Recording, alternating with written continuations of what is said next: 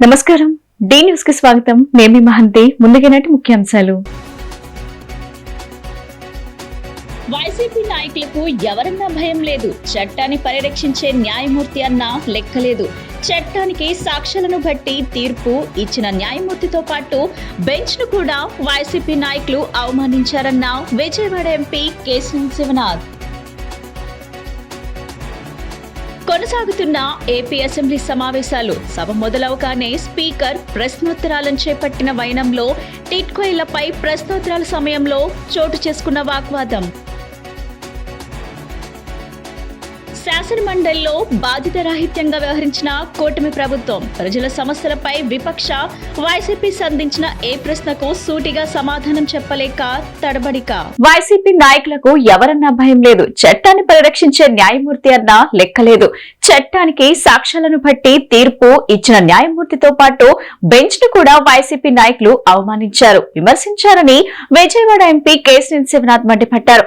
విజయవాడ ఉత్సవంలో భాగంగా ముఖ్యమంత్రి చంద్రబాబు సూచన ప్రకారం నగరం మొత్తం దీపాలంకరణ చేసే కార్యక్రమంలో భాగంగా గురువారం మాజీ ఎమ్మెల్సీ టీడీపీ రాష్ట్ర ప్రధాన కార్యదర్శి బుద్ధ వెంకన్న నివాసం విద్యుత్ దీపాలతో అలంకరించడం జరిగింది. ఆ విద్యుత్ దీపాలను ఎంపీ కేశినేని శివనాథ్ బుద్ధ వెంకన్నతో కలిసి ప్రారంభించారు. ఏపీ అసెంబ్లీ సమావేశాలు కొనసాగుతున్నాయి. సభ మొదలవగానే స్పీకర్ ప్రశ్నోత్తరాలను చేపట్టారు. ఈ కార్యక్రమంలో టిడ్కో ఇళ్లపై ప్రశ్నోత్తరాల సమయంలో వాగ్వాదం చోటు చేసుకుంది.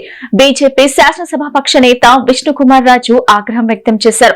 టిడ్కో గృహాలు లబ్ధిదారులు కాంట్రాక్టులను జగన్ ప్రభుత్వం నాశనం చేశారని విరుచుకుపట్టారు. జగన్ లో సెంటు పట్టాలని చెప్పి సర్వనాశనం చేశారని, అన్ని పథకాలు అవినీతితో నిండిపోయాయని విష్ణుకుమార్ రాజు ఆరోపించారు. అంటే కొంచెం ఇది 2,68,000 మందికి సంబంధించిన ఇష్యూ అధ్యక్ష. కొంచెం దయచేసి తమరు కూడా కొంచెం సహకరించాలి అధ్యక్ష. టిడ్కో 2017లో టిడ్కో గృహాల నిమిత్తం లబ్ధిదారుల నుంచి మొత్తాలని వసూలు చేసినప్పటికీ నిర్మాణం ఇంకా పూర్తి కాలేదన్న విషయం మీకు తెలుసా అంటే మంత్రివర్యులు ఇచ్చింది అవునండి అని ఇచ్చారు సార్. అట్లాగే ఇల్లు ఎప్పటికి కంప్లీట్ చేసిస్తారంటే జూన్ 2026 కల్లా కంప్లీట్ చేస్తామని చెప్పారు సార్. కనీసము జూన్ 2026కి మీరు కంప్లీట్ చేస్తామని చెప్పినందుకు మీకు ధన్యవాదములు మీ ద్వారా తెలియజేసుకుంటున్నాను అధ్యక్ష. అట్లాగే అధ్యక్ష 2022 అక్టోబర్లో ఇల్లు కంప్లీట్ చేసేసి టిడ్కో ఇల్లు కంప్లీట్ చేసిన వాళ్ళకి కూడా పేమెంట్లు ఇవ్వలేదండి. అరే పనులు చేసిన వాళ్ళకి 2022లో అక్టోబర్లో హ్యాండ్ ఓవర్ చేసేసి లబ్ధిదారులు కూడా దిగిపోయి సత్యనారాయణపురము, పరవాడ, రాతి చెరువు, అగనంపూడి ఈ ప్లేసెస్లో చేసేసిన వాళ్ళకి కూడా పేమెంట్ ఇవ్వకపోతే ఎంత దారుణమో అనేది ఒకసారి తమరి ద్వారా గౌరవ మంత్రివర్యులను కోరుతున్నాను అధ్యక్ష. అట్లాగే అధ్యక్ష పెండింగ్ బిల్స్ ఎప్పుడు ఇస్తారంటే గౌరవ మంత్రివర్యుల సమాధానం ఏంటంటే తొందరలోనే క్లియర్ చేస్తామన్నారు అధ్యక్ష. అధ్యక్ష వాస్తవాలకు మనం వెళ్తే అధ్యక్ష ప్రధానమంత్రి నరేంద్ర మోడీ గారు కల అధ్యక్ష నిన్నే గౌరవ ప్రధానమంత్రి నరేంద్ర మోడీ గారు పుట్టినరోజు చేసుకున్నారు. వారికి మీ ద్వారా ప్రధానమంత్రి వారికి శుభాకాంక్షలు తెలియజేసుకున్నారు. ఓకే అధ్యక్ష ఆయన కళ. అట్లాగే చంద్రబాబు నాయుడు గారి కళ కూడా అధ్యక్ష ప్రతి ఒక్కరికి కూడా ఇల్లు ఇవ్వాలి, అత్యంత అద్భుతమైన ఇల్లు ఇవ్వాలి అని చెప్పి గౌరవ ముఖ్యమంత్రి చంద్రబాబు నాయుడు గారు ఆనాడు 2017లో ఈ పెట్టిన పథకాన్ని చాలా బ్రహ్మాండంగా ముందుకు తీసుకెళ్లారు అధ్యక్ష. కేంద్ర ప్రభుత్వము ప్రధానమంత్రి నరేంద్ర మోడీ గారు 7,01,451 ఇల్లుని కేటాయిస్తే అధ్యక్ష గౌరవ మంత్రివర్యులు అప్పుడు శాంక్షన్ తీసుకున్నది 5,14,000. శాసన మండలిలో కూటమి ప్రభుత్వం బాధ్యతారాహిత్యంగా వ్యవహరించింది. ప్రజల సమస్యలపై విపక్ష వైసీపీ సంధించిన ఏ ప్రశ్నకు సూటిగా సమాధానం చెప్పలేక తడబడింది. చివరకు తిరుపతి, సింహాచలం దుర్ఘటనలపై సంబంధిత మంత్రి ఆనం రామనారాయణ రెడ్డి బాధ్యతారాహిత్య సమాధానాలిచ్చారు. దీంతో నిరసనగా వైసీపీ శాసనసభ్యులు మండలి నుంచి వాకౌట్ చేశారు. మండలిలో విపక్ష నేత బొత్స సత్యనారాయణ బయటకు వచ్చిన అనంతరం మీడియాతో మాట్లాడారు. కూటమి ప్రభుత్వానికి రాజకీయాలు తప్ప ఏమీ పట్టవా అని ప్రశ్నించారు. మాకు కావాల్సింది రాజకీయ లబ్ధి కాదు, ప్రజలకు మంచి జరగటమని అన్నారు. శాసన మండలిలో ప్రశ్నోత్తరాల సమయంలో సభ్యులు వేసిన ప్రశ్నలకి ప్రభుత్వం నుంచి, మంత్రుల నుంచి చాలా బాధ్యతారహితంగా ఒకే కోణంలో ప్రభుత్వం నడిపే విధానంలో కానీ లేదు ప్రజల పట్ల వాళ్ళు కొంచెం అంకిత భావం కానీ ఏ క్వశ్చన్ కూడా కనిపించట్లేదు. చాలా నిర్లక్ష్యంగా నిస్సిగ్గుగా వారి సమాధానాలు చూస్తే అనిపిస్తున్నాయి. కొత్త మంత్రులు, వారితో పాటు అనుభవం ఉన్న మంత్రులు ఇద్దరు కూడా ఈ రకంగా సమాధానం ఒకటి కాదు, మొదటి నుంచి కూడా ఇవాళ ఉదయం నుంచి జరుగుతున్న ప్రశ్నలో కూడా 50,000 ఫిక్షన్ అడిగారు. మీ ఎన్నికల ప్రణాళిక ఎప్పుడు చేస్తారంటే దానికి సమాధానం లేదు. ఇస్తాం అధికారంలోకి వచ్చారు, ఒకటి అడిగితే ఏదేదో చెప్తారు. అయినప్పుడు కూడా ప్రజల తరపున మా బాధ్యత కాబట్టి వాళ్ళు 1-2 సార్లు వాళ్ళని ఒత్తిడి తీసుకొచ్చి వాళ్ళతో చెప్పేదాన్ని ప్రయత్నం చేసిన నేపథ్యం. మద్యం అమ్మకాల మీద మా సభ్యులు అడిగారు, కల్తీ మద్యం రాష్ట్రంలో వస్తుంది 5 ప్రాంతాల్లో, అనకాపల్లిలో కానీ, ఏలూరులో కానీ, అమలాపురంలో కానీ, లేకపోతే అనంతపురంలో కానీ ఈ రకంగా వస్తుంది. దాని మీద ఏం చర్యలు తీసుకున్నారు, దాన్ని ప్రివెంట్ చేయడానికి ఇంకా ఫర్దర్గా ఇంకా జరగకుండా ఉండడానికి ఏ కార్యక్రమాలు తీసుకున్నారు, లేదు బెల్ట్ షాప్ ఇంటింటికి బెల్ట్ షాపులు వచ్చేస్తున్నాయి, తాగడానికి మంచిగా దొరకట్లేదు కానీ మద్యం ఏర్లే పారుతుంది అని చెప్పి అడిగితే దానికి దొంగ తెలుగు సమాధానం. ప్రజలు చూస్తున్నారు, మీ ద్వారా రాష్ట్ర ప్రధానికానికి దయచేసి ఆలోచన చేయండి. నా పేరు కుంభ రవిబాబు, ఎమ్మెల్సీ. ఇవాళ అసెంబ్లీ కౌన్సిల్లో ప్రధానమైనటువంటిది మన రాష్ట్రం వ్యవసాయ ఆధారిత రాష్ట్రం. రాష్ట్రంలో 85% ప్రజలందరూ కూడా వ్యవసాయం మీద ఆధారపడి జీవితాన్ని కొనసాగిస్తారు. రైతులు కావచ్చు, కౌలుదారులు కావచ్చు, రైతు కూలీలు కావచ్చు, కోట్లాది మంది వ్యవసాయం మీద ఆధారపడి జీవితాన్ని కొనసాగించే రాష్ట్రం. రాష్ట్రంలో దాదాపు 80 లక్షల ఎకరాలు ఎంపీ కేశినేని చిన్నిపై కృష్ణ, ఎన్టీఆర్ జిల్లాల వైసీపీ అధ్యక్షులు పేర్ని నాని, దేవినేని అవినాష్లు తీవ్రస్థాయిలో ధ్వజమెత్తారు. విజయవాడలో ఎంతో మంది ఎంపీలుగా చేసి హుందాగా వ్యవహరించేవారని, చిన్ని మాత్రం రియల్ ఎస్టేట్ బ్రోకర్లుగా మాట్లాడడం తగదన్నారు. జిల్లా వ్యాప్తంగా ఇసుక, బూడిద, గ్రావెల్ సెటిల్మెంట్లు దేన్ని చిన్ని వదలటం లేదన్నారు. సాధారణ కార్యకర్తలు ఎంపీ కార్యాలయానికి వెళ్లడమే మానేశారని, అక్కడ ఉండేదంతా బ్రోకర్లు, ఆయనకు పైరవీలు నడిపే వారు మాత్రమేనని అన్నారు. సింగనగర్లోని మాజీ ఎమ్మెల్యే మల్లాది విష్ణు కార్యాలయంలో ఏర్పాటు చేసినటువంటి విలేకరుల సమావేశంలో పేర్ని నాని మాట్లాడారు. వైసీపీ వాళ్ల మీద విమర్శలు చేయడం తప్ప ప్రజాసేవ ఎంపీకి పట్టదు అని అన్నారు. సాయంత్రం అయితే తనకు ఎంత వచ్చిందని బ్రోకర్లతో కలిసి లెక్కలు వేసుకోవటం మాత్రమే తెలుసని అన్నారు. తనపై అనేక ఆరోపణలు చేస్తారని, దమ్ముంటే వాటిపై యాక్షన్ తీసుకోవాలని అన్నారు. ఉందాతరంగా వ్యవహరించవలసిన ఎంపీ రియల్ ఎస్టేట్ బ్రోకర్ లాగా మాట్లాడుతున్నారని అన్నారు. రేషన్ మాఫియా విషయంలో నాకు ఏ శిక్ష వేపిస్తారో వేయించండి అని వారు సవాల్ చేశారు. నా వల్ల ప్రభుత్వానికి ఎటువంటి నష్టం జరగలేదని, కిలో బియ్యానికి 90 రూపాయలు చెల్లించాలని తెలిపారు. రేషన్ మాఫియా జిల్లాలో పెద్దిరెడ్డి అనే వ్యక్తి ద్వారా నడుపుతూ 1,50,00,000 రూపాయలు నెలకు వసూలు చేస్తున్నాడని చెప్పారు. ఈ మాఫియా పనుల వలన టీడీపీ నాయకులకు ఎంపీ చిన్నికి పూర్తిగా చెడిందని అన్నారు. ఎన్ని టిప్పర్లు ఇసుక హైదరాబాద్కు తరలిస్తున్నారో లెక్కలు చెప్పాలి అంటూ సవాల్ చేశారు. దసరా ఉత్సవాలకు పోటీగా విజయవాడ ఉత్సవం నిర్వహించడం వల్ల ఎవరికి లాభమని ప్రశ్నించారు. ఇప్పటికైనా మీ అన్న కేశినేని నానిని చూసి నేర్చుకోవాలని అన్నారు. అనంతరం దేవినేని అవినాష్ మాట్లాడుతూ సొసైటీ ఫర్ విజయవాడ వైబ్రేట్ తో తనకు ఏమీ సంబంధం లేదని చెప్పిన ఎంపీ చిన్ని అసోసియేషన్ కు ప్రెసిడెంట్ అని రుజువు చేస్తారు. ఉత్సవాలు నిర్వహించి దోచుకోవాలని ప్లాన్ చేసింది ఎంపీ చిన్ని అన్నారు. గొల్లపూడిలో తోలిన ఆ మట్టి ఎక్కడి నుంచి వచ్చిందని ప్రశ్నించారు. అమ్మవారి ఉత్సవాలపై ఒక్క మీటింగ్ కూడా పెట్టని ఎంపీ చిన్ని విజయవాడ ఉత్సవం మీద మాత్రం 10 మీటింగ్లు పెట్టారన్నారు. విజయవాడ చరిత్రలో ఇంత నీచమైన ఎంపీ మరొకరు లేరని అన్నారు. ఎంపీ అంటే మనీ ప్యాకింగ్ సర్వీస్ గా మార్చేశారని అన్నారు. పినమనేని సిద్ధార్థ గ్రౌండ్ లో 3 సంవత్సరాలుగా దసరా ఉత్సవాలు నిర్వహిస్తున్న వారికి అక్కడ పండుగ చేయకూడదని ఎందుకు బెదిరించారని నిలదీశారు. మెడికల్ అసోసియేషన్ నుంచి కోట్ల రూపాయల ఉత్సవాలకు ఫండ్ ఇవ్వాలని డిమాండ్ చేస్తున్న మాట వాస్తవం కదా? మైసూరు ఉత్సవాలతో వీటిని పోల్చి విజయవాడ పరువు తీస్తున్నారని చెప్పారు. మైసూరు ఉత్సవాలు 100 ఏళ్ల నుంచి రాజులు నిర్వహిస్తున్నారని, నీలాగా ఉత్సవాల పేరుతో డబ్బులు వసూలు చేయడం లేదని తెలిపారు. రెడ్ బుక్ 2.0 తెరిస్తే మరో 40 కేసులు పెడతారని, అంతకుమించి ఏమీ చేయలేరని అన్నారు. మేము అధికారంలోకి వస్తే నువ్వు ఎక్కడికి పారిపోతావో ఆలోచించుకోవాలని అన్నారు. అనంతరం మాజీ ఎమ్మెల్యే మల్లాది విష్ణు మాట్లాడుతూ కూటమి ప్రభుత్వంపై ఎంపీ చిన్నిపై తీవ్ర స్థాయిలో ఆగ్రహాన్ని వ్యక్తం చేశారు. బందర్లో పేరు నానిగాడైతే దాని పేరేంటి, దేవుడు ఆస్తి కొట్టేశాడు, లేకపోతే బియ్యం తినేశాడు. ఇవన్నీ ఆయన చాలా గొప్పగా నా గురించి ఆయన పొగిడారు.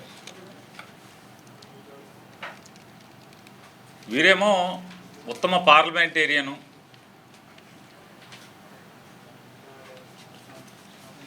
ఆంధ్ర తెలంగాణ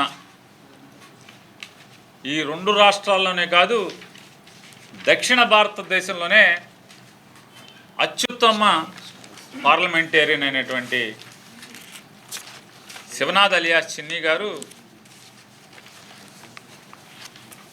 ఆయన ఎంత అత్యుత్తమం అంటే ప్రజాసేవ పట్టదు, బెజవాడ పార్లమెంట్ ప్రజలు పట్టరు,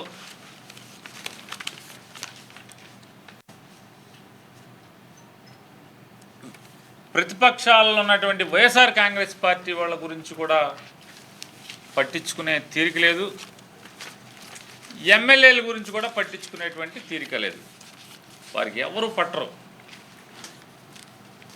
ఆయన అంతా బిజీ నోట్లు లెక్కెట్టుకోవటం, సాయంత్రానికి ఎంత వచ్చింది రాత్రికి క్లోజింగ్ బ్యాలెన్స్ చూసుకోవటం. సొసైటీ ఫర్ వైబ్రెంట్ విజయవాడ పేరుతో మీరు రిజిస్ట్రేషన్ చేయించారు. దాంట్లో నువ్వు ప్రెసిడెంట్వా మెంబర్వా? ఫస్ట్ పేరు నీదే, కేశినేని శివనాథ్ ప్రెసిడెంట్. అదేవిధంగా సెక్రటరీ వచ్చేసి బోసిడికి పట్టాభి. తర్వాత ఎవరైతే రియల్ ఎస్టేటు చంద్రబాబు గారు రాగానే నా ఆస్తి 100 కోట్లు అయిపోయిందని చెప్పారు కదా ఒక ఆయన, ఎస్ఎల్వి రాజు ఆయన. తర్వాత ప్రవీణ్ కుమార్ జైను, రాధిక, శ్రీనివాస్ దండమూరి, బాయన వెంకట్రావు అని చెప్పని కొంతమందితో ఫామ్ చేసి నువ్వు ప్రెసిడెంట్గా ఉండి ఆ స్థలాన్ని కానివ్వండి, లేకపోతే ఉత్సవాల పేరుతో డబ్బులు దోచుకోవాలని చెప్పని మీరు ప్లాన్ చేయలేదా? ఈరోజు మీరు ఏదో చెప్పుతున్నారు, మేము 45 లక్షలు ఇచ్చాం 50 రోజులకి, కేవలం ఎగ్జిబిషన్ మాత్రమే ఇచ్చామని చెప్పని. మీకు ఆ స్థలం కబ్జా చేయాలని చెప్పిన ఆలోచన కనుక లేకపోతే అసలు ముందే మట్టి ఎందుకు తోలేరు? మీకు ఆ తోలిన మట్టి ఎవరిచ్చారు, ఎక్కడి నుంచి వచ్చారు, ఎక్కడి నుంచి తోలేరు, ఇట్లన్నిటిగా మీ సమాధానం చెప్పాలి కదా. అదేవిధంగా నిన్న మాట్లాడుతున్నారు, రైతులతో దొంగ ఫోర్జరీ సంతకం పెట్టించామని చెప్పని. ఎవరు పెట్టించారు? ఈరోజు మీరు చేసే కబ్జాలు చూడలేక, మీరు చేసే పనులు చూడలేక ఎవరైతే ఆర్ఎస్ఎస్ వాళ్ళు ఉన్నారో వాళ్ళు వెళ్ళారు కోర్టుకి. వాళ్ళు కోర్టుకి వెళ్ళి దీన్ని ఆపండి అని చెప్పని వాళ్ళు చెప్పారు.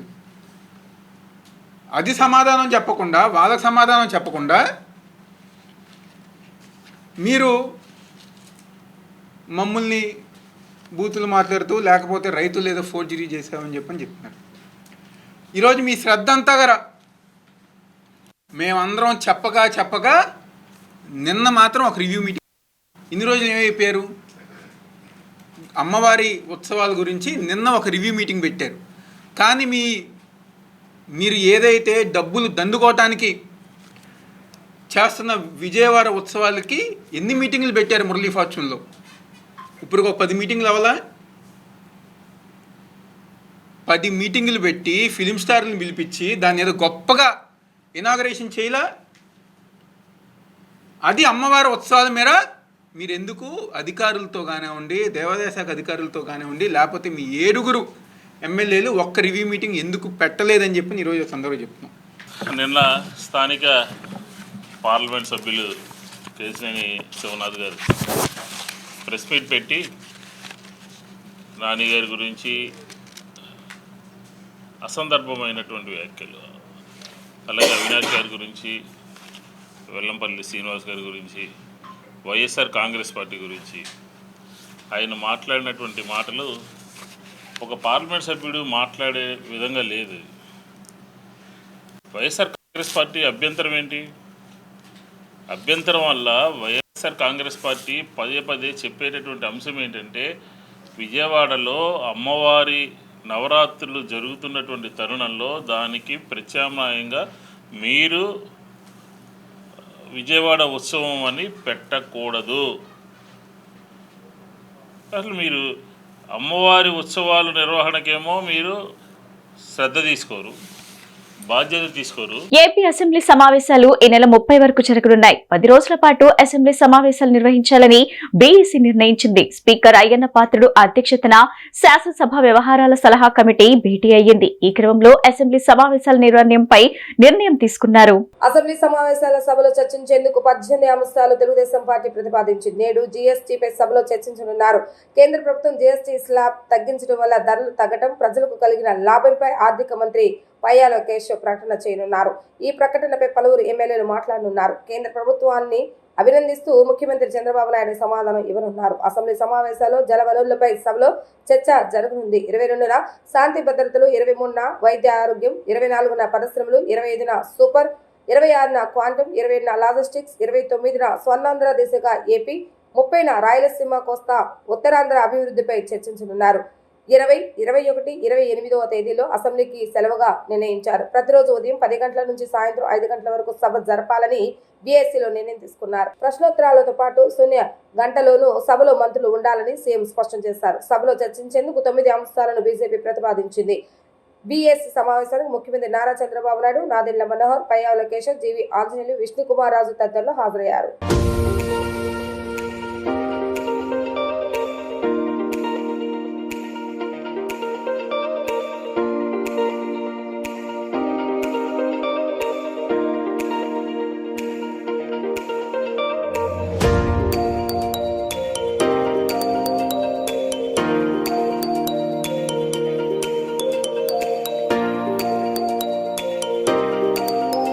ఎన్నికల్లో ఇచ్చిన హామీ మేరకు జీవో నెంబర్ 21ని రద్దు చేయాలని ప్రభుత్వ whip central MLA bonda Uma కోరారు. ఆటో కార్మికులు రాష్ట్రంలో అనేక సమస్యలు పడుతున్నారని, వారి సమస్యల పరిష్కారానికి గ్రూప్ ఆఫ్ మినిస్టర్స్ తో కమిటీ వేయాలని కోరారు. అలానే వారికి సంక్షేమ బోర్డు ఏర్పాటు చేయాలని సూచించారు. అసెంబ్లీ సమావేశాల 0 అవర్ లో సెంట్రల్ నియోజకవర్గ ఎమ్మెల్యే ప్రభుత్వ బోండా ఉమా ఆటో కార్మికుల సమస్యలను ప్రస్తావించారు. తన నియోజకవర్గంలో శ్రీశక్తి పథకాన్ని ముఖ్యమంత్రి నారా చంద్రబాబు నాయుడు ప్రారంభించిన విషయాన్ని గుర్తు చేశారు. ఈ పథకం అమలు హర్షణీయమని అన్నారు. రాష్ట్ర వ్యాప్తంగా ఆటో కార్మికులు తీవ్ర ఇబ్బందులు పడుతున్నారని, ఎన్నికల ముందు ఇచ్చిన హామీ ప్రకారం జీవో నెంబర్ 21ను రద్దు చేయాలని కోరారు. ప్రస్తుతం ఆటో కార్మికులు రోజుకు 200-300 రూపాయలు కూడా ఇంటికి తీసుకువెళ్లలేనటువంటి పరిస్థితి ఏర్పడిందని బోండా ఉమా తెలిపారు. గ్రీన్ ట్యాక్స్ తగ్గించే నిర్ణయం తీసుకున్నందుకు ప్రభుత్వానికి ధన్యవాదాలు తెలుపుతూ ఆటో కార్మికుల కోసం ప్రత్యేక సంక్షేమ బోర్డు ఏర్పాటు చేయాలని సూచించారు. రాష్ట్ర వ్యాప్తంగా ఆటో కార్మికులు ఇబ్బందులు పడుతున్నందున వారి సమస్యలపై ప్రత్యేక కమిటీ ఏర్పాటు చేయాలని అసెంబ్లీలో ఆయన కోరారు. వాహన మిత్ర పథకం కింద ప్రభుత్వం 15,000 రూపాయలు అందించేందుకు నిర్ణయించేందుకు బోండా ఉమా హర్ష వ్యక్తం చేశారు. అయితే ఆటో కార్మికుల సమస్యలపై వెంటనే మంత్రుల బృందంతో కమిటీ ఏర్పాటు చేసి పరిష్కార మార్గాలు కనుగొనాలని కోరారు. ఫైళ్ల విషయంలో వన్ టైం సెటిల్మెంట్ తరహా పథకాన్ని కూడా ప్రభుత్వం అమలు చేయాలని సూచించారు. ఏదైతే మొన్న శ్రీశక్తి పథకం, ఏదైతే ఉచిత బస్సు ప్రయాణం మా నియోజకవర్గంలో ఆర్టీసీ బస్ స్టాండ్లో గౌరవ ముఖ్యమంత్రి గారు ప్రారంభించారు అధ్యక్ష. అది బ్రహ్మాండంగా సక్సెస్ అయింది. ప్రజలందరూ కూడా సంతోషంగా ఉన్నారు అధ్యక్ష. దాని తర్వాత ఆటో వాళ్ళకి కొన్ని సమస్యలు వచ్చినాయి. అందులో ముఖ్యంగా ఈ ఫ్రీ జోన్ అని పెట్టారు. అది కూడా ఇంతకుముందు కూడా పెట్టాం. దాన్ని ఏదో రద్దు చేస్తా ఉన్నారు. ఆ ఫ్రీ జోన్ కూడా లిఫ్ట్ చేయమని అడిగాం అధ్యక్ష. ఆటో కార్మికుల గురించి ప్రధానంగా కూటమి ప్రభుత్వం అధికారంలోకి వచ్చేటప్పుడు పార్టీల పరంగా కూడా వాగ్దానం ఇచ్చాం అధ్యక్ష. మనం మేనిఫెస్టోలో పెట్టాం అధ్యక్ష. జీవో నెంబరు 21 అని ఏదైతే ఫైన్స్ పెడుతున్నారో ఆ ఫైన్స్ని రద్దు చేస్తామని చెప్పాం అధ్యక్ష. జీవోని రద్దు చేస్తాం 21 అని చెప్పి. అది దయచేసి గౌరవ ముఖ్యమంత్రి గారికి, గౌరవ ప్రభుత్వాన్ని అడుగుతున్నాం అధ్యక్ష. తప్పనిసరిగా 021 ఇవాళ ఫ్రీ బస్ పెట్టినందువల్ల ఆటో కార్మికులు కనీసం 200-300 రూపాయలు కూడా ఇంటికి తీసుకెళ్ళలేకపోతా ఉన్నారు. వాళ్ళు చాలా ఆకలితో అలమటిస్తూ ఉన్నాయి వాళ్ళ కుటుంబాలు. కాబట్టి ఆ జీవో నెంబర్ 21 ఏదైతే మనం మేనిఫెస్టోలో పెట్టినటువంటి విధంగా ఆ జీవో నెంబర్ 21ని రద్దు చేయమని అడుగుతా ఉన్నాం. ఇవాళ 1963 అమెండ్మెంట్ ఇవాళ సభలో తీసుకొచ్చారు అధ్యక్ష.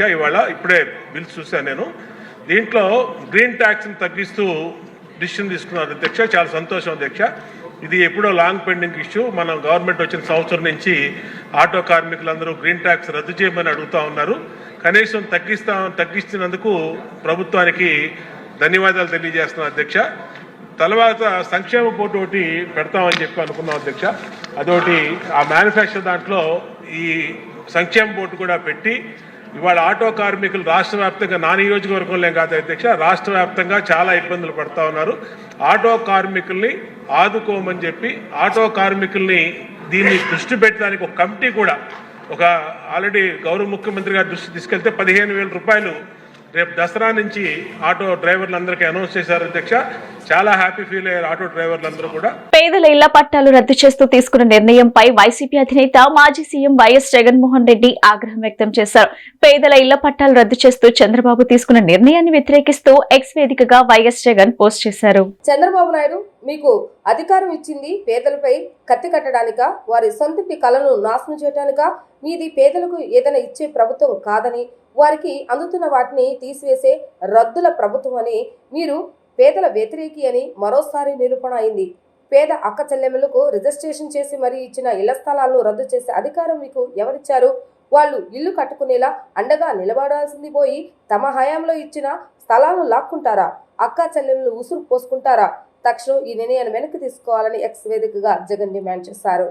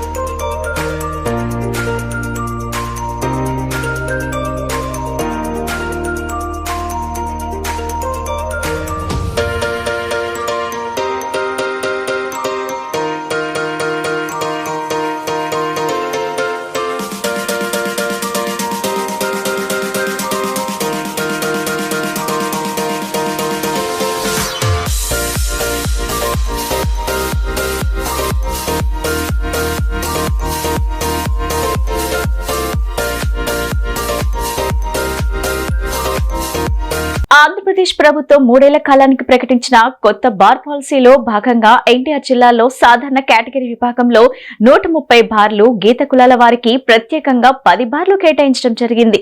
తొలి విడత నోటిఫికేషన్ లో భాగంగా ఓపెన్ కేటగిరీలో 69 బార్లు, గీత కులాల వారికి కేటాయించిన 10 బార్లు, మొత్తం 79 బార్లు కేటాయింపు గతంలో పూర్తి అయింది. ఎన్టీఆర్ జిల్లాలో ఓపెన్ కేటగిరీలో మిగిలిపోయిన 61 బార్ల కేటాయింపునకు ఈ నెల 3వ తేదీన మళ్లీ గెజెట్ నోటిఫికేషన్ విడుదల చేయడం జరిగింది. గడువు ముగిసే సమయానికి ఓపెన్ కేటగిరీలో ప్రకటించిన 61 బార్లకు గాను 7 బార్లను మాత్రమే మొత్తం 28 దరఖాస్తులు వచ్చాయి. 54 బార్లకు ఒక్క అప్లికేషన్ కూడా రాలేదు. వీటిలో నిబంధనల ప్రకారం కనీసం 4 దరఖాస్తులు వచ్చిన 7 బార్లు కేటాయింపు ప్రక్రియ ముందే ప్రకటించిన విధంగా గురువారం ఉదయం 8 గంటల నుంచి విజయవాడలోని ఎన్టీఆర్ జిల్లా కలెక్టరేట్ శ్రీ పింగళ వెంకయ్య సమావేశ మందిరంలో జరిగింది. జిల్లా ప్రొహిబిషన్ మరియు ఎక్సైజ్ అధికారి ఎస్ శ్రీనివాసరావు దరఖాస్తుదారుల సమక్షంలో ఎన్టీఆర్ జిల్లా కలెక్టర్ జి లక్ష్మీషా గారిచే లాటరీ విధానంలో పారదర్శకంగా బార్లు కేటాయించడం జరిగింది. 2వ విడత నోటిఫికేషన్ ద్వారా బార్ల కేటాయింపు పూర్తయిన తర్వాత ఇంకా 54 బార్లు దరఖాస్తులు రాని కారణంగా ఆగిపోయాయి. తిరువూరు నగర పంచాయతీ పరిధిలో 1 బారు, జగ్గేపేట మున్సిపాలిటీ పరిధిలో 1 బారు, కొండపల్లి మున్సిపాలిటీ పరిధిలో 6 బార్లు మరియు విజయవాడ నగర పరిధిలో 46 బార్లు మిగిలిపోయిన వాటిలో ఉన్నాయి. విజేతలైన దరఖాస్తుదారులు అందరూ నిర్ణయించిన సంవత్సరిక లైసెన్స్ ఫీజులో 6వ వంతు సొమ్ము ఈ రోజు ప్రభుత్వానికి చలానా రూపంలో చెల్లించాలి.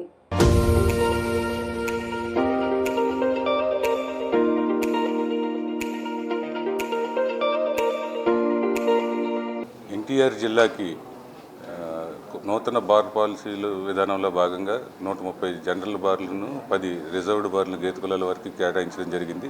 ఇందులో మొదటి విడత నోటిఫికేషన్లో మనం 79 బార్లు ఎన్టీఆర్ జిల్లాలో 4 అప్లికేషన్ వేసిన వారికి కేటాయించడం జరిగింది. మిగిలిన 61 జనరల్ బార్లకి మనం 2వ విడత నోటిఫికేషన్ ఇవ్వగా ఈరోజు వాటికి 7 అప్లికేషన్స్ 7 బార్లకు గాను 4 అప్లికేషన్స్ వచ్చాయి. ఆ 4 అప్లికేషన్లు వచ్చిన 7 బార్లకు కలెక్టర్ గారి ద్వారా లాటరీ తీసి ట్రాన్స్పరెంట్గా వీడియోగ్రఫీ చేస్తూ ఆ ప్రాసెస్ని కంప్లీట్ చేసి 7గురికి ఈ బార్లను కేటాయించడం జరిగింది. మొత్తం 6 షాపులకు గాను ఒకళ్ళే 4 అప్లికేషన్స్ ఫైల్ చేశారు. ఒక బారుకు గాను నందిగామకు చెందిన ఒక బారుకు గాను 4 వ్యక్తులు విడివిడిగా అప్లికేషన్స్ దాఖలు చేశారు. ఆ ఒక్క బారుకు గాను లాటరీ తీసి కేటాయించడం జరిగింది. మిగిలిన 6 బార్లు వేరెవరు అప్లికేషన్లు వేయనందున 4 అప్లికేషన్లు ఒకళ్ళే వేసినందున వారికి కేటాయించడం జరిగింది. వాళ్ళు ఈవేళ నుంచి వాళ్ళు మాకు RET అని రిటైల్ ఎక్సైజ్ ట్యాక్స్ కట్టాల్సి ఉంది. ఒక ఇన్స్టాల్మెంట్ అది ఈవేళ కట్టి వేస్తున్న వెంటనే వాళ్ళకి ప్రొవిజనల్ లైసెన్స్ ఇవ్వడం జరుగుతుంది. వాళ్ళు ప్రొసీజర్స్ కంప్లీట్ చేసిన వెంటనే వాళ్ళకి ఈరోజే వాళ్ళకి ప్రొవిజనల్ లైసెన్స్ ఇవ్వడం జరుగుతుంది. ఈ రోజు నుంచి వాళ్ళు బిజినెస్ ప్రారంభించుకోవచ్చు. విజయవాడ ఉత్సవ్ పేరుతో ఇంద్రకీలాద్రి కొండపై జరుగుతున్న దసరా మహోత్సవాల కీర్తి ప్రతిష్టలు దెబ్బతీసే విధంగా ఎంపీ కేశినేని శివనాథ్ వ్యవహరిస్తున్న తీరు విజయవాడ ప్రజలు గమనిస్తున్నారని మాజీ మంత్రి వెల్లంపల్లి శ్రీనివాసరావు చెప్పారు. దేవుడు భూమిలో మద్యం మాంసం అమ్మి ఇచ్చిన డబ్బులు దేవుడికి అవసరమా అని ప్రశ్నించారు. కలియుగ దైవం శ్రీ వెంకటేశ్వర స్వామికి ఎంపీ టీడీపీ సభ్యులు వెంటనే క్షమాపణలు చెప్పాలని డిమాండ్ చేశారు. విజయవాడ చరిత్ర తెలియకుండా వ్యాపారస్తుల నుండి లక్షల రూపాయలు అక్రమంగా వసూలు చేస్తున్న తీరు చాలా దారుణమని మండిపడ్డారు.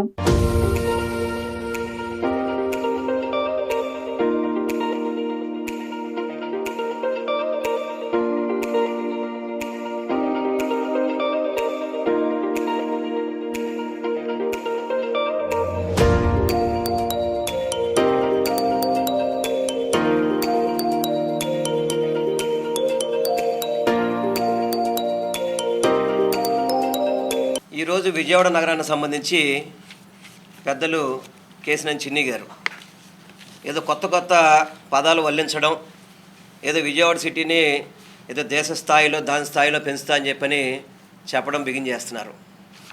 నేను చిన్ని గారికి ఒకటే నేరుగా మీ ద్వారా కోరుకుంటున్నా, మీరు ఈ విజయవాడ నగరాన్ని అభివృద్ధి చేయకపోయినా పర్లేదు, కానీ ఈ విజయవాడ నగర ఖ్యాతిని తగ్గించే విధంగా మీరు పనిచేస్తున్నారు. మొన్న మా కాన్స్టిట్యున్సీలో నాకు తెలిసి ఆ 7 ఎమ్మెల్యేనో ఒక ఎమ్మెల్యే మాట్లాడాడు, పశ్చిమ నియోజకవర్గంలో చందాలు ఉత్సవాల పేరుతో డబ్బులు వసూలు చేస్తే మర్యాదగా ఉండదని చెప్పని. నాకు తెలిసి ఇవన్నీ కూడా మరి కేశినేని చిన్ని గారు సమాధానం చెప్పాలి దీనికి. వాళ్ళ సభ్యుల్లో 7 సభ్యుల్లో ఒక సభ్యుడే ఆయన కూడా పశ్చిమ నియోజకవర్గం సంబంధించి వసూలు చేయొద్దని. ఎందుకంటే అంత దారుణంగా వ్యాపారస్తుల్ని వేధించుకుంటూ ఉత్సవాల పేరుతో ఒక పక్కేమో వినాయక చవితి ఉత్సవాలని చెప్పని లక్షలు వసూలు చేయడం, వనభోజనాలు చెప్పి డబ్బులు వసూలు చేయడం, వీళ్ళకి బినామీలుగా కేశినేని చిన్నికి బినామీలుగా కొంతమంది తెలుగుదేశం నాయకులు పెట్టుకొని చోటా నాయకులు పెట్టుకొని ప్రతి షాప్కి వెళ్ళి డబ్బులు వసూలు చేస్తున్నారు. ఇది ఎంతవరకు సమంజసం? విజయవాడ ఉత్సవాలు చేసేదన్నీ కూడా మీరు ప్రభుత్వ స్థలాల్లో మున్సిపల్ స్టేడియం కావచ్చు, ఘంటసాల ఆడిటోరియం కావచ్చు, అదేవిధంగా తొమ్మలపల్లి కళాక్షేత్రం కావచ్చు, పొన్నమి ఘాట్ కావచ్చు, ఇప్పుడు మీరు దేవాదాయ శాఖ తీసుకున్న భూమి కావచ్చు, ఇవన్నీ కూడా ప్రభుత్వ స్థలాలు తీసుకుంటూ మీరు రియల్ ఎస్టేట్ వ్యాపారంలాగా 10x10 సైజ్ ఇస్తే కనుక 3,50,000 అని చెప్పని ఏంటండి ఈ రేట్లు ఏంటండి? మీరు 40 ఎకరాలకి 45 లక్షలు ఇచ్చేసి మేము బాగా ఇచ్చేసామని చెప్పుకున్నారు కదా. 10x10 సైజు వచ్చి 3.5 లక్షలు అంటండి 56 రోజులకి. ఎన్ని కోట్లు సంపాదిస్తున్నారు ఈ డబ్బులతో? ఎన్ని కోట్లు? ఒక్కొక్క స్టాల్కి 3 లక్షల రూపాయలు అంటే 10x10 సైజ్ అయితే కనుక వీళ్ళు చేసేది వ్యాపారం. డయేరియా విషయంలో కూడా విపక్షాలు రాజకీయాలు మాట్లాడటం వారి విఘ్నతకే వదిలేస్తున్నారని సెంట్రల్ ఎమ్మెల్యే బోండా ఉమా అన్నారు. ఇంటింటికి టెస్టు నిర్వహించి అవసరమైన వారికి మెరుగైన వైద్యం అందించి ఇంటింటికి పంపించామని చెప్పారు. న్యూ ఆర్ఆర్పేటలో డయేరియా వైద్య శిబిర పరిస్థితిని బుధవారం సాయంత్రం స్థానిక టీడీపీ నాయకులతో కలిసి సెంట్రల్ ఎమ్మెల్యే బోండా ఉమా పరిశీలించారు. ఈ సందర్భంగా ఆయన మాట్లాడుతూ స్థానిక ప్రజలు గత కొన్ని రోజులుగా డయేరియా కారణంగా ఇబ్బందులు ఎదుర్కొన్నప్పటికీ ప్రభుత్వం వెంటనే స్పందించిందని, మంత్రులు జిల్లా యంత్రాంగం మొత్తం ఇక్కడే ఉండి సమస్య పరిష్కారానికి కృషి చేస్తారని తెలిపారు. ప్రస్తుతం డయేరియా కేసులు పూర్తిగా తగ్గుముఖం పట్టాయని అన్నారు. ఇంటింటికి టెస్టులు నిర్వహించి అవసరమైన వారికి మెరుగైన వైద్యం అందించి ఇంటికి పంపించామని చెప్పారు. ప్రస్తుతం ఆర్ఆర్పేట వైద్య శిబిరంలో ఉన్న ఒక్క కేసు ఈ రోజు డిశ్చార్జ్ అవుతుందని, ప్రభుత్వ హాస్పిటల్లో ఉన్నవారు కూడా రేపటికి డిశ్చార్జ్ అవుతారని వివరించారు. వాటర్ ట్యాంకర్ ద్వారా 18,000 మందికి నీరు సరఫరా అవుతుందని, నీటి వల్ల డయేరియా వచ్చిందని, అయితే అంతమందికి రావాల్సి ఉండేదని, కేవలం 300 మందికి మాత్రమే రావడంతో దానికి గల కారణాలపై దర్యాప్తు జరుగుతుందని ఆయన వెల్లడించారు. ఈ అంశాన్ని కొన్ని రాజకీయ పార్టీలు రాజకీయాలకు వాడుకోవడం తగదని వ్యాఖ్యానించారు. ప్రజలు ఎలాంటి వదంతులు నమ్మొద్దని ఆయన సూచించారు. ప్రజలకు ఎప్పుడు అండగా కూటమి ప్రభుత్వం ఉంటుందని హామీ ఇచ్చారు. వైద్య సేవల కోసం కృషి చేసిన అధికారులకు, వైద్య సిబ్బందికి ఎమ్మెల్యే బొండా ఉమామహేశ్వరరావు అభినందించారు. న్యూ ఆర్ఆర్పేటలో గత కొన్ని రోజుల నుంచి ఏదైతే డయేరియా వల్ల మరి స్థానిక ప్రజలకి మోషన్స్ అయ్యి ఏదైతే హాస్పిటలైజేషన్ అవటం కానీ, కొంచెం కంగారు పడటం కానీ, అన్నిటి మీద ప్రభుత్వం వెంటనే స్పందించడం వల్ల యంత్రాంగం మొత్తం అంటే ఇప్పుడు డిఎంహెచ్ఓ గారి కాడి నుంచి, మున్సిపల్ కమిషనర్ గారి కాడి నుంచి, అలాగే మున్సిపల్ హెల్త్ ఆఫీసర్స్ కాడి నుంచి, శానిటేషన్ అందరూ కూడా ఇక్కడే ఉండి స్వయంగా మరి మున్సిపల్ మినిస్టర్ నారాయణ గారు, అలాగే హెల్త్ మినిస్టర్ సత్యకుమార్ గారు అందరూ కూడా దీని మీద దృష్టి పెడటం వల్ల ఇవాళ అన్నీ కూడా కంట్రోల్ సిచ్యువేషన్ వచ్చినాయి. మొత్తం ప్రజలందరూ కూడా ఎంతమంది అయితే సాక్షి పేపర్లో లేదంటే వైసీపీ మీడియాలో రాస్తూ ఉన్నారో, లేదా వైసీపీ నాయకులు లేదా ఇంకో పార్టీ నాయకులు వచ్చి హడావుడి చేస్తున్నారో ఏమీ జరగల. ఇవాళ అందరూ కూడా న్యూ ఆర్ఆర్పేటలో ఇంటింటికి వెరిఫికేషన్ చేసాం, ఇంటింటికి టెస్టులను చేసాం, ఇంటింటికి వచ్చినటువంటి ప్రతి పేషెంట్కి కూడా, ప్రతి సమస్య మీద వచ్చిన వాళ్ళు కూడా క్షుణ్ణంగా ఆరోగ్య పరీక్షలు చేసి నయం చేసి వాళ్ళ ఇంటికి పంపించాం. ఈ రోజున 57వ డివిజన్ ఎన్టీఆర్ నగర్ ఆర్ఆర్పేట నందు వైద్య శిబిరానికి మా గౌరవ శాసనసభ్యులు పెద్దలు గౌరవనీయులు బొండా ఉమామహేశ్వరరావు గారిని ఇక్కడ రమ్మని చెప్పాం. వచ్చారు, అన్నీ కూడా పరిశీలించారు. అన్నీ కూడా మరి వారు అపోజిషన్ పార్టీ వాళ్ళు చెప్పినట్టు లేదని చెప్పేసి కూడా వారు మీకు చెప్పడం జరిగింది. మేము ఫస్ట్ నుండి కూడా చెప్తా ఉన్నాం, ఇది వాటర్ ప్రాబ్లం కాదు, ఇక్కడ ఉన్నటువంటి కొన్ని ప్రాబ్లంలో ఒక భాగం అని చెప్పాం.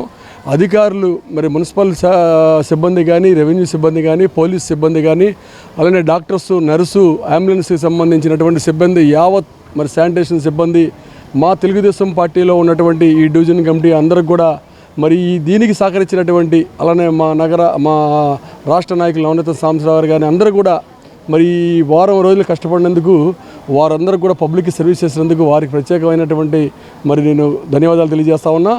ఈరోజు బొండా ఉమామహేశ్వరరావు గారు ఆరోగ్య శాఖ మంత్రి అయినటువంటి సత్యకుమార్ గారితో, మున్సిపల్ శాఖ మంత్రి అయినటువంటి నారాయణ గారితో, ఎంపీ కేసీఎన్ శివనాథ్ చిన్ని గారితో కూడా మాట్లాడటం జరిగింది. ఒక పక్కన కలెక్టర్ గారితో మాట్లాడి అన్ని అంశాలు కూలంకుషంగా చర్చించడం కాకుండా, మున్సిపల్ కమిషనర్ గారికి కూడా ఇక్కడ వారం రోజుల నుంచి జరిగినటువంటి అన్ని అంశాల మీద కూడా ప్రభుత్వ హాస్పిటల్ మొదలుకొని క్యాంప్ కార్యాలయం జాకంజీల స్కూల్ ఈ పేటలో ఉండేటువంటి వారికి మాట్లాడారు. ఎక్కడా కూడా ప్రతిపక్ష పార్టీలు భయపెట్టినటువంటి విధంగా కానీ, ప్రతిపక్ష పార్టీలు అలర్ట్ చేసినటువంటి ఎక్కడా కూడా ఇబ్బంది జరగల, ఎక్కడా కూడా నష్టం జరిగినటువంటి పరిస్థితి లేదు. కానీ ఈ ప్రాంతంలో ఉన్నటువంటి 18,000 మందిలో ఒక 274 కేసులు మాత్రం నమోదయ్యి మోషన్స్, వామిటింగ్ అయినటువంటి పరిస్థితి మీద యుద్ధ ప్రాతిపదిక మీద వైద్య సిబ్బంది మొదలుకొని శానిటరీ సిబ్బంది వరకు, ఇలాగ రక్షణగా పోలీస్ సిబ్బంది వరకు అందరూ ఉన్నారు. భారతదేశ చరిత్రలో ఏ ప్రభుత్వం మెడికల్ కాలేజ్లను ప్రైవేట్ పరం చేసే దుర్మార్గమైన పాలన చేయలేదని, నేడు కూటమి ప్రభుత్వం ముఖ్యమంత్రి చంద్రబాబు నాయుడు వైద్య విద్యను ప్రైవేట్ పరం చేసే విధంగా నిర్ణయాలు తీసుకోవటం చాలా దారుణమని మాజీ మంత్రులు వెల్లంపల్లి శ్రీనివాసరావు, పేర్ని నాని, విడుదల రజని, సిపిఎం రాష్ట్ర కార్యదర్శి శ్రీనివాసరావు, జై భీమరావు, భారత్ పార్టీ వ్యవస్థాపక అధ్యక్షులు జడ శ్రవణ్ కుమార్ కూటమి పరిపాలనపై తీవ్రస్థాయిలో విరుచుకుపట్టారు. పేద ప్రజలకు అందవలసిన మెడికల్ విద్యను దూరం చేసే విధంగా ముఖ్యమంత్రి చంద్రబాబు నాయుడు ప్రైవేట్ పరం చేసే జీవోను విరమించుకోవాలని, లేని పక్షంలో ఆందోళన ఉధృతం చేస్తామని హెచ్చరించారు. ప్రభుత్వ మెడికల్ కళాశాలలను ప్రైవేట్ పరం చేసే నిర్ణయాలను వ్యతిరేకిస్తూ కూటమి ప్రభుత్వానికి వ్యతిరేకంగా జై భీమరావు, భారత్ పార్టీ వ్యవస్థాపక అధ్యక్షులు ఆధ్వర్యంలో చేపట్టిన నిరసన కార్యక్రమంలో పలు రాజకీయ పార్టీ నాయకులు, పలు కుల సంఘాల నాయకులు, విద్యార్థి యువజన సంఘం నాయకులు దీక్షలో పాల్గొని మద్దతు తెలిపారు. ఈ సందర్భంగా నాయకులు మాట్లాడుతూ, గత జగన్మోహన్ రెడ్డి 5 ఏళ్ల కాలంలో రాష్ట్రంలో 17 మెడికల్ కాలేజీలు తీసుకురావడం జరిగిందని, ఆ మెడికల్ కళాశాలను అభివృద్ధి చేయవలసిన కూటమి ప్రభుత్వం పూర్తిగా వైద్య విద్యను ప్రైవేట్ పరం చేసే ఆలోచన చేయడం చాలా దారుణమైనటువంటి చర్య అని మండిపడ్డారు. కూటమి ప్రభుత్వం తీసుకున్న నిర్ణయాలకు వ్యతిరేకంగా ఈ నెల 19వ తేదీన వైసీపీ పార్టీ తరఫున మెడికల్ కాలేజీల వద్ద ధర్నా చేపడుతున్నామని చెప్పారు. కేంద్ర ప్రభుత్వ సహకారంతో రాష్ట్రంలో 4 వైద్య సీట్లు తీసుకొచ్చి మెడికల్ కళాశాలలను నిర్మించడం జరిగిందని, కొన్ని కళాశాలలు నిర్మాణాలను పూర్తి కాకపోవడంతో క్లాసులు ప్రారంభం కాలేదని చెప్పారు. అధికారంలోకి వచ్చిన కూటమి ప్రభుత్వం ఆ నిర్మాణాలు పూర్తి చేయకుండా మెడికల్ కాలేజీలను ప్రైవేట్ పరం చేయడం చాలా దారుణమని రాజకీయ పార్టీ నాయకులు ఆగ్రహాన్ని వ్యక్తం చేశారు.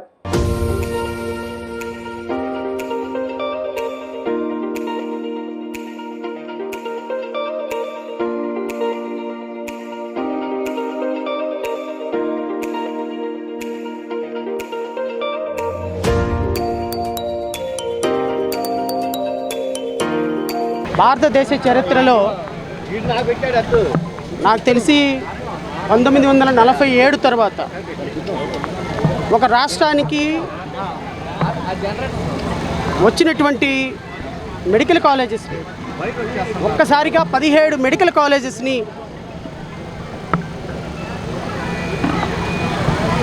ప్రభుత్వ మెడికల్ కాలేజెస్ని మొదటి దశలో 10 మెడికల్ కాలేజెస్ని ప్రైవేటు పరం చేయాలనేటువంటి అత్యంత దుర్మార్గకరమైనటువంటి చరిత్ర ఎరగని నిర్ణయాన్ని తీసుకున్నటువంటి ముఖ్యమంత్రి చంద్రబాబు నాయుడు, ఆయనకు సహకరించినటువంటి మంత్రివర్గాన్ని ఈ తక్షణమే ఈ నిరుపేదలకి వైద్య విద్యను దూరం చేసేటువంటి దుర్మార్గకరమైనటువంటి జీవోని కొట్టేయాలని, వెనక్కి తీసుకోవాలని జై భీమ్రావ్ భారత్ పార్టీ ఆధ్వర్యంలో ఈరోజు అన్ని రాజకీయ పార్టీలు, రాష్ట్రంలో ఉన్న ప్రతి రాజకీయ పార్టీ ఈరోజు విజయవాడలో కదం తొక్కిన విధానం మీ అందరూ చూశారు.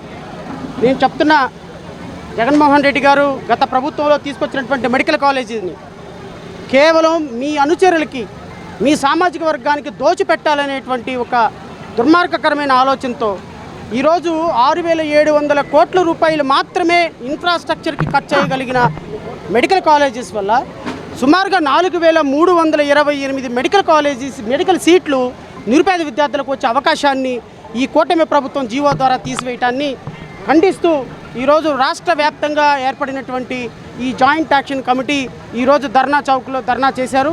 దీనికి వైఎస్ఆర్సీపీ నుంచి, సిపిఐ నుంచి, సిపిఎం నుంచి, తర్వాత ఆమ్ ఆద్మీ నుంచి, ఆర్పిఐ నుంచి అన్ని రాజకీయ పార్టీలు మద్దతు తెలిపినాయి. ఏదైతే ఈ కూటమి ప్రభుత్వం గతంలో మా నాయకుడు జగన్మోహన్ రెడ్డి గారు ఒక నాయకత్వంలో ప్రతి ఒక్కరి దగ్గర మంచి చదువు అందించాలని చెప్పని ఈ రాష్ట్రంలో ఏ ముఖ్యమంత్రి చేయలేని విధంగా 17 మెడికల్ కాలేజీలు కడితే దాన్ని ఈరోజు ఈ కూటమి ప్రభుత్వం వచ్చిన తర్వాత ప్రైవేట్ వ్యక్తుల్లో చేతుల్లో పెట్టి డబ్బులు అందుకునే పని ఈరోజు కూటమి ప్రభుత్వం చంద్రబాబు నాయకత్వంలో జరుగుతుంది. ఈరోజు జరా శ్రవణ్ కుమార్ గారు చేసే కార్యక్రమానికి మద్దతుగా పెద్దలు పేరు నాని గారు, వెల్లంపల్లి శ్రీనివాస్ గారు, అదేవిధంగా మా వైద్య శాఖ మంత్రిగా పనిచేసిన సోదరిమణి వెల్లుల్లి రజనీ గారు, పెద్దలు మాజీ శాసనసభ్యులు మల్లారి విష్ణు గారు, మా వైఎస్ఆర్ కాంగ్రెస్ పార్టీ తరఫున శ్రవణ్ కుమార్ గారికి మద్దతుగా ఉంది. ఏదైతే ఈ కూటమి ప్రభుత్వంలో జరుగుతున్న అన్యాయాలుగానే ఉంది, కేవలం డబ్బుల మీద ధ్యాసతో ఏదైతే పనిచేసే విధానంగానే ఉంది, దాన్ని మేమందరం కూడా తీవ్రంగా ఖండిస్తూ తప్పకుండా ఈ పోరాటంలో ప్రభుత్వం చేసే కార్యక్రమం వ్యతిరేకంగా ముందుకెళ్తున్న సందర్భం చెప్తూ సెలవు తీసుకుంటున్నాం. రాష్ట్రంలో జరుగుతున్నటువంటి అప్రజాస్వామిక విధానాలు, పేద విద్యార్థులకు ఉపయోగపడేటువంటి మెడికల్ కాలేజీలని రద్దు చేయాలి, ప్రైవేటు పరం చేయాలి అని చెప్పని ఆ జీవోని విత్డ్రా చేసేంత వరకు కూడా మేము విశ్రమించమని చెప్పని మనల్ని ఇక్కడ ఆహ్వానించినటువంటి పెద్దలు జడ శ్రావణ్ కుమార్ గారు, వారి మిత్రులు, స్నేహితులు, వారు చేస్తున్నటువంటి కార్యక్రమానికి మద్దతుగా వైఎస్ఆర్ కాంగ్రెస్ పార్టీ సీనియర్ నాయకులు పేర్ని నాని గారు, మాజీ మంత్రులు వెల్లంపల్లి శ్రీనివాస్ గారు, వైద్య ఆరోగ్య శాఖ మంత్రి గారు, మాజీ మంత్రి గారు విడదల రజనీ గారు, ఎన్టీఆర్ జిల్లా అధ్యక్షులు అవినాష్ గారు, అలాగే విద్యార్థి విభాగం వర్కింగ్ ప్రెసిడెంట్ రవిచంద్ర గారు, మిగతా మిత్రులారా, సోదరులారా, ఈ రాష్ట్రంలో జరుగుతున్నటువంటి మెడికల్ కాలేజీలు ప్రైవేటు పరం అంటే పేద విద్యార్థులకి, దళితులకి, మైనార్టీలకి, బీసీ, ఎస్సీ, మైనార్టీ విద్యార్థులందరికీ కూడా అన్యాయం చేయడమే అని చెప్పని కూడా ఈ సందర్భంగా చెప్తా ఉన్నాం. మెడికల్ కాలేజ్ ప్రైవేటీకరణని మీరు వెనక్కి తీసుకోవాలి, ఈ జీవోని వెనక్కి తీసుకోవాలి, ఈ జీవోని రద్దు చేయాలి, తిరిగి ప్రభుత్వ మెడికల్ కాలేజ్ ప్రభుత్వ రంగంలోనే కొనసాగించాలి అని చెప్పి ఈ రోజున మేము ఇక్కడ పోరాటం చేస్తా ఉన్నాము. ఇదే కాదు, దీనికి సంబంధించి ఎంత పెద్ద ఎత్తునైనా న్యాయ పోరాటం కానీ ప్రజా పోరాటం కానీ ఎక్కడ ప్రజలు పోరాటం చేసినా ఉద్యమం చేసినా అందులో మేము పాల్గొంటానే ఉంటాము. We continue to protest. మీరు నిర్ణయాన్ని తిరిగి వెనక్కి తీసుకునేదాకా కూడా మా పోరాటం ఆగదు అని తెలియజేసుకుంటూ మళ్ళీ చెప్తున్నాము, ప్రజల్ని మోసం చేయొద్దు. డాక్టర్ చదువులు చదవాలనుకున్నటువంటి విద్యార్థులను మోసం చేయొద్దు. ప్రజలు ఉచితంగా వైద్యం అందేటువంటి పరిస్థితుల్లో ఖరీదైన వైద్యాన్ని ప్రైవేటైజేషన్ అనేటువంటి ముసుగులో వాళ్ళకు ఆ భారాన్ని పేదవాడి నెత్తినేయద్దు అని తెలియజేసుకుంటూ we are against this decision. Pastor Praveen Pagadala మృతిపై రాష్ట్ర హైకోర్టులో వాదనలు వినిపించినట్లు ప్రజాశాంతి పార్టీ అధ్యక్షులు కేఏ పాల్ తెలిపారు. రాష్ట్ర ప్రభుత్వం తరపున వాదనలు వినిపించిన యువ మహిళా న్యాయవాది పాస్టర్ ప్రవీణ్ పగడాల ప్రమాదంపై విచారణ పూర్తయిందని చెప్పగా తాను ఖండించానని చెప్పారు. ఒక పాస్టర్ మోటార్ సైకిల్ పై వచ్చి మద్యం సేవించి వాహనం నడుపుతూ చనిపోతే దాన్ని రాజకీయం చేస్తున్నారని ముఖ్యమంత్రి నారా చంద్రబాబు నాయుడు ఇటీవల పిచ్చి మాటలు మాట్లాడారని అన్నారు. ప్రవీణ్ పగడాల తాగటం ముఖ్యమంత్రి చూస్తారని ప్రశ్నించారు. ఒక ముఖ్యమంత్రి అయి ఉండి ఎలా మాట్లాడాలో తెలియదా అని నిలదీశారు. సీసీటీవీ ఫుటేజ్ సీజ్ చేయాలని, సిబిఐ విచారణ జరిపించాలని, 3 నెలల్లోపు రీపోస్ట్ మార్టం జరిపించాలని హైకోర్టులో గతంలో కోరానని, దాని గడువు అయిపోయిందని, ఇప్పుడు కొత్త రకమైన విచారణ కావాలని అన్నారు. Today in the Honorable High Court of Andhra Pradesh, I argued the matter about Pastor Praveen Pagadala's dangerous death, which I call it a brutal murder, just like millions of others believe. The government side, one young lady representing, said the accident of Praveen Pagadala's investigation is completed. Immediately I condemned her irresponsible statements before the Honorable Chief Justice of Andhra Pradesh. Also I condemned the statements of Mr. Chandrababu Naidu, who prejudicially stated one pastor coming from Hyderabad drinking and with accident died. Did Mr. Chandrababu Naidu see Praveen Pagadala drinking, or did his assistants pour him wine or liquor? These kind of statements are irresponsible. After filing the charge sheet, I will prepare. I requested the Honorable CJ. I am very grateful to him. He permitted me to withdraw this, to refile after studying the charge sheet, what they investigated, how they investigated, who they investigated, and I mentioned before the Honorable CJ. Outfall rain లో డిస్టిలింగ్ పనులు నిరంతరాయంగా జరుగుతుండాలని విజయవాడ నగరపాలక సంస్థ commissioner Dhyan చంద్ర HM అన్నారు. గురువారం ఉదయం తన పర్యటనలో భాగంగా 1 town, Tarapeta, BRP road, Nehru road, Padiveedhi ప్రాంతాలన్నీ క్షేత్రస్థాయిలో పరిశీలించారు. ఈ సందర్భంగా కమిషనర్ మాట్లాడుతూ అవుట్ఫాల్ డ్రైన్ లోని వ్యర్థాలను ఎప్పటికప్పుడు తొలగించాలని ఇంజనీరింగ్ అధికారులు, ప్రజా ఆరోగ్య అధికారుల సమన్వయంతో పనిచేస్తూ వ్యర్థాలను తొలగిస్తూ డిస్టిలింగ్ చేస్తూ ఉండాలని, మెషిన్లను వ్యర్థాలను తొలగించే ప్రక్రియలో పూర్తిస్థాయిలో ఉపయోగించాలని అధికారులను ఆదేశించారు. అనంతరం 1 టౌన్ గాంధీ మహిళా కళాశాల వద్ద అన్నా క్యాంటీన్ పరిశీలించారు. త్రాగునీటి సరఫరా, వాడుకునేటి సరఫరాలో ఎటువంటి అంతరాయం లేకుండా చూసుకోవాలని, పారిశుద్ధ నిర్వహణ సక్రమంగా జరగాలని, మరుగుదొడ్లు ఎప్పటికప్పుడు పరిశుభ్రంగా ఉండాలని, ప్రజలకు మెరుగైన వసతులను కల్పించాలని విజయవాడ నగరపాలక సంస్థ కమిషనర్ ధ్యాన్ చంద్ర ఆదేశించారు.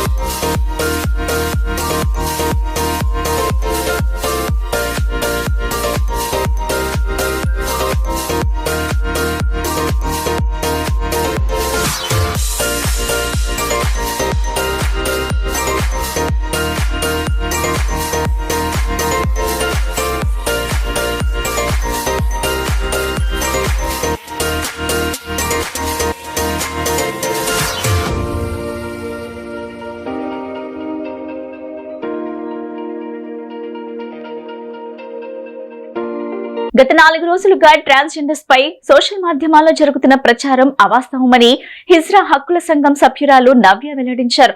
ఎవరో ఒకరు చేసిన తప్పిదానికి ట్రాన్స్జెండర్ అందరికీ సమాజంలో చెడ్డ పేరు వచ్చేలా ప్రచారం జరుగుతుందని తాము దీన్ని తీవ్రంగా ఖండిస్తున్నామని అన్నారు. విజయవాడ హిజ్రా హక్కుల సంఘం ఆధ్వర్యంలో గాంధీనగర్ ప్రెస్ క్లబ్ లో గురువారం విలేకరుల సమావేశాన్ని నిర్వహించారు. ఈ సందర్భంగా వారు మాట్లాడుతూ గిరిపురం ఏరియా పరిధిలో ట్రాన్స్జెండర్ దమయంతి అనే వ్యక్తి తన బంధువుల మధ్య వచ్చిన వివాదంతో అసభ్యకరంగా ప్రవర్తించినందుకు గాను ఒక వ్యక్తి ఆత్మహత్య చేసుకున్న ఘటనకు మాకు ఏ విధమైన సంబంధం లేదని, గతంలో దమయంతి ప్రవర్తన సరిగా లేనందున విజయవాడ పరిధిలో మా సంఘం నుండి వెలివేయడం జరిగిందని, అతను 10 సంవత్సరాలుగా మంటాడ గ్రామంలో నివసిస్తున్నాడు. అసలు వాస్తవాలు తెలుసుకోకుండా మా ట్రాన్స్జెండర్స్ అందరిపై నిందలు వేస్తూ మా మనోభావాలు దెబ్బతీసే విధంగా అనేక మాధ్యమాల్లో విస్తృత ప్రచారం జరుగుతుందని ఆవేదన వ్యక్తం చేశారు. ఇలాంటి అసత్య ఆరోపణలు చేయడం సరైన చర్యలు కాదని, ఈ విషయమై అధికారులు అందరికీ వినతి పత్రాలు అందజేశామన్నారు. ఇలాంటి అసత్య ప్రచారం చేసే వారిపై ప్రభుత్వం కఠిన చర్యలు తీసుకోవాలని కోరారు. నేను వచ్చి ఒక 20 సంవత్సరాలు అవుతుంది. విజయవాడలోనే మా సొంత నెగిటివ్ ప్లేస్ కూడా విజయవాడేనండి. అలాగే నాతో పాటు నా తోటి అయిన ట్రాన్స్జెండర్స్ ప్రతి ఒక్కరు కూడా ఇక్కడ మేము విజయవాడలో ఒక 2500 నుండి 3000 మంది వరకు ఉంటామండి. ప్రతి ఒక్కరు చిన్నలో కానీ పెద్దవాళ్ళం కానీ ఏదైనా సరే ఒక 20 సంవత్సరాల కిందట ఎలాగున్నారో కానీ ఇప్పుడైతే మాత్రం మా పెద్దవాళ్ళు మాకు నేర్పించింది ఒకటే, ఏదైనా సరే అన్నీ మానేసేసుకొని మేము భిక్షాటం చేసుకుంటే బతుకుతున్నామండి. పిల్లలు పుట్టినా సరే ఏదైనా చిన్న ఫంక్షన్లు అయినా సరే మేము వెళ్ళి అదే మా జీవన ఆధారం కింద గవర్నమెంట్ ఇచ్చే 4000 పెన్షన్తో 1500 ఇచ్చినప్పుడు 1000 రూపాయలు ఇచ్చినప్పుడు అలాగే బతికాము. ఇప్పుడు 4000 మాకు గవర్నమెంట్ పెన్షన్ ఇస్తుందండి. అది అక్కడే సరిపోవట్లేదు కాబట్టి మేము అందరం కలిపి కూడా ఏ గొడవ ఆడుకోకుండా ఒకరు వెళ్ళిన చోటకి ఇంకొకరు వెళ్ళకోకుండా ఇబ్బంది పడిపోకుండా R2R అని చెప్పి టైం పెట్టుకున్నాం. మేము ఆ టైం ప్రకారమే మేము వెళ్ళి ట్రాన్స్జెండర్స్ ప్రతి ఒక్కరు కూడా వెళ్ళి తెచ్చుకుంటున్నామండి. వాళ్ళు ఇచ్చే ప్రజలు మన విజయవాడలో ఉన్న ప్రజలు ఎంతమంది అయితే ఉన్నారో కొట్లో అవనియండి, వ్యాపారస్తులు అవనియండి, చిన్న చిన్న చిన్న చిన్న చితక వేసే కుటుంబాలు కానివ్వండి, అందరి వల్ల మేము బతుకుతున్నాం. ఈరోజు ముఖ్యంగా ట్రాన్స్జెండర్లు విజయవాడ సిటీలో ఉన్నటువంటి మా కమ్యూనిటీ సభ్యులందరూ కూడా ఈరోజు ఇక్కడ సమావేశం అవ్వడానికి, మా పెద్దలందరి సహకారంతో సమావేశం అవ్వడానికి ముఖ్యమైన ఉద్దేశ్యం సోషల్ మీడియాలో ట్రాన్స్జెండర్ల మీద గత 4 రోజులుగా వస్తున్నటువంటి కొన్ని రకాలైనటువంటి దుష్ప్రచారాల వల్ల ఈ రోజున మేము స్పందించి తగిన సమాధానాన్ని మేము మీడియా మిత్రులందరి ద్వారా సమాచారాన్ని సాధారణ ప్రజల్లోకి తీసుకువెళ్లాల్సిన ఉద్దేశంతో ఈ రోజున ఇక్కడ మేము సమావేశమయ్యాము. గత 4 రోజుల క్రితం గిరిపురం అనే ఏరియాలో, విజయవాడ పరిధిలోని గిరిపురం అనే ఏరియాలో దమయంతి అనే ఒక ట్రాన్స్జెండర్ అలియాస్ డానియల్ అనే ఒక వ్యక్తి చేసినటువంటి ఒక తప్పిదం వల్ల ఈ రోజున యావత్ ట్రాన్స్జెండర్ కమ్యూనిటీ అందరికీ కూడా ఒక చెడ్డ పేరుగా ఈ రోజున మేము అందరం భావిస్తున్నాము. కంటిలో నివసిస్తున్నాము. మేము విజయవాడలో ఒక 1500 2000 పైనే ఉంటాము. ప్రతి ఒక్కరిలో మేము భిక్షాటన చేస్తూ జీవనం సాగిస్తాం. ఒకప్పుడు తెలియని వయసులో ఏమో చేసాము, కానీ ఇప్పుడు ఇవన్నీ మానేసుకొని మేమంటూ ఒక జీవన పార్టీ ఒక గౌరవంగా బతుకుతున్నాము. ఒక పెళ్ళిళ్ళు అనగా, ఒక గృహప్రవేశాలు అనగా, ఒక కొట్లు ఓపెనింగ్ అనగా మీరు చూస్తూ ఉంటారు. మీరు పెద్ద పెద్ద షాపులకి హీరోయిన్లు వచ్చినప్పుడు మమ్మల్ని చూస్తూ ఉంటారు. కానీ మేమంటూ జీవనం సాధిస్తుండగా ఇట్లాంటి మాలో అందరూ మంచోళ్ళు ఉన్నారని చెప్పు, చెడోళ్ళు ఉన్నారని ఎవరో ఒకళ్ళు ఉంటారు. అట్లాగా ఈ దానిలు ఆలియాస్ దమయంతి అనేవాళ్ళు తిరుపురంలో నివసిస్తూ ఉండేవాళ్ళు మా దగ్గరికి వచ్చారు. ఒకప్పుడు కొన్నాళ్ళు మా దగ్గర ముందు జీవనం సాధించారు. కాకపోతే మేము 10 మందిని, ఇప్పుడు మా దగ్గరికి తను ఒక్కడే వచ్చాడు, ఒక 10 మందిని పోగు చేసుకొని మాకు అగస్ట్ పార్టీగా. వార్తలు ముగించే ముందు ముఖ్యాంశాలు మరోసారి. వైసీపీ నాయకులకు ఎవరన్నా భయం లేదు. చట్టాన్ని పరిరక్షించే న్యాయమూర్తి అన్నా లెక్కలేదు. చట్టానికి సాక్ష్యాలను బట్టి తీర్పు ఇచ్చిన న్యాయమూర్తితో పాటు బెంచ్ ను కూడా వైసీపీ నాయకులు అవమానించారన్న విజయవాడ ఎంపీ కేశినేని శివనాథ్. కొనసాగుతున్న ఏపీ అసెంబ్లీ సమావేశాలు. సభ మొదలవగానే స్పీకర్ ప్రశ్నోత్తరాలను చేపట్టిన వైనంలో టిడ్కో ఇళ్లపై ప్రశ్నోత్తరాల సమయంలో చోటు చేసుకున్న వాగ్వాదం. శాసనమండలిలో బాధ్యతారాహిత్యంగా వ్యవహరించిన కూటమి ప్రభుత్వం. ప్రజల సమస్యలపై విపక్ష వైసీపీ సంధించిన ఏ ప్రశ్నకు సూటిగా సమాధానం చెప్పలేక తడబడిక. ఈ బులెటిన్ ఇంతటితో సమాప్తం. తిరిగి మరో బులెటిన్లో కలుద్దాం. నమస్కారం.